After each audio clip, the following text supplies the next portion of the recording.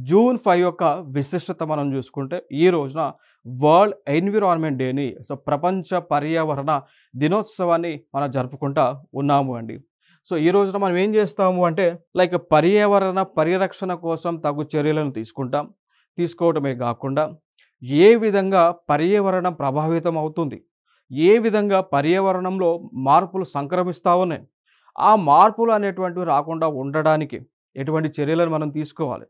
పర్యావరణంలో మార్పులు రాకుండా, ఆ వచ్చినటువంటి మార్పులు ప్రజలకు హానికరంగా లేకుండా ఉండే విధంగా ఏ కార్యక్రమాలు చేస్తే ఉపయోగకరంగా ఉంటుందో, ఆ కార్యక్రమాలన్నీ కూడా ప్రజలకు తెలిసే విధంగా చైతన్యపరిచేటువంటి కార్యక్రమాలు ఈ రోజున అంటే జూన్ 5న మనం చేయడం జరుగుతూ ఉంటుంది. ఫర్ ఎగ్జాంపుల్ మనం చూడొచ్చు.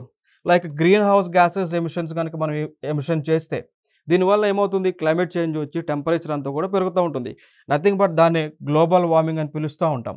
So, green house gases for example మనం తీసుకుంటే, గ్రీన్ హౌస్ గ్యాసెస్‌కి ఎగ్జాంపుల్‌గా కార్బన్ డయాక్సైడ్ గానీ, కార్బన్ మొనాక్సైడ్ గానీ, మీథేన్ CH4 గానీ, దాని తర్వాత పార్టిక్యులేట్ మ్యాటర్ అంటాం. So, PM.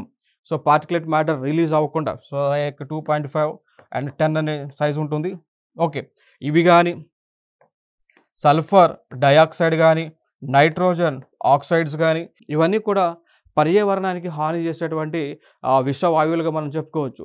సో, వీటిని రిలీజ్ చేస్తే ఏ విధంగా నష్టం జరుగుతుంది అనేటువంటి అంశాలన్నీ కూడా ఈ రోజున ప్రపంచ పర్యావరణ దినోత్సవం రోజున మన ప్రజలందరికీ కూడా ఈ యొక్క అవేర్‌నెస్ క్యాంప్స్ ద్వారా తెలియజేయడం జరుగుతూ ఉంటుంది.